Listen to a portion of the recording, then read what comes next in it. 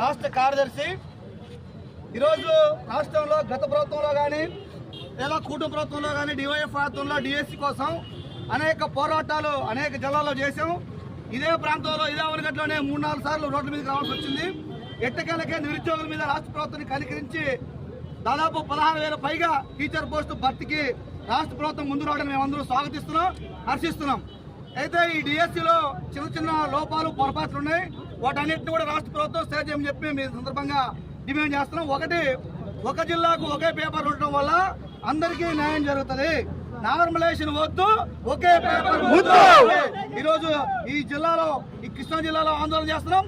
అలాగే ఈరోజు all of sudden గా నోటిఫికేషన్ రావడం వల్ల చాలా మంది ఈరోజు ప్రిపరేషన్ కు కొంత సమయం కూడా పడుతున్నారు. రాష్ట్ర ప్రభుత్వం దాన్ని కూడా దృష్టిలో ఉంచుకొని కనీసం వాళ్ళకు చదువుకోవడానికి కొంచెం సమయం కూడా ఇవ్వాలనేటువంటిది మా రెండో డిమాండ్. అలాగే వయో పరిమితి కూడా చాలా మంది చివరి రాసుకుంటాం సార్ అని చెప్పి అడుగుతున్నారు.